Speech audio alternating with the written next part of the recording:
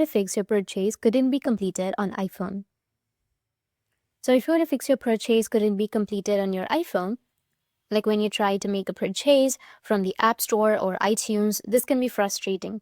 But don't worry, just follow with the steps. First, you need to make sure your payment information is up to date. So head over to your settings and tap on your Apple ID at the top. Then choose payment and shipping, or you may have payment and delivery option. Tap on it. Here you can check if your payment method is valid and ensure that the expiration date and billing information are correct. If anything is outdated, just update it and try making the purchase again.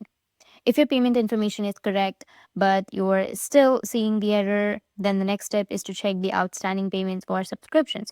So you just need to simply go back and open up your App Store and go with the user icon, which is on the top.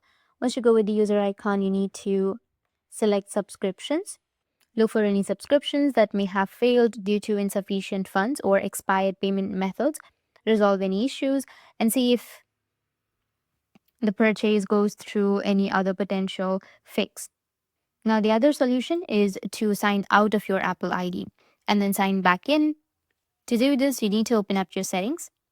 From your settings, you need to go with the Apple account. From your Apple account here on the bottom, you will have the sign out section. You need to just go with sign out. And once you've signed out, you need to again go back to the same section and then sign in. But before signing in, make sure that you've restarted your device and it might fix your problem. But if that doesn't fix your problem, then the next step is you need to just scroll down and then go with general, which is right here.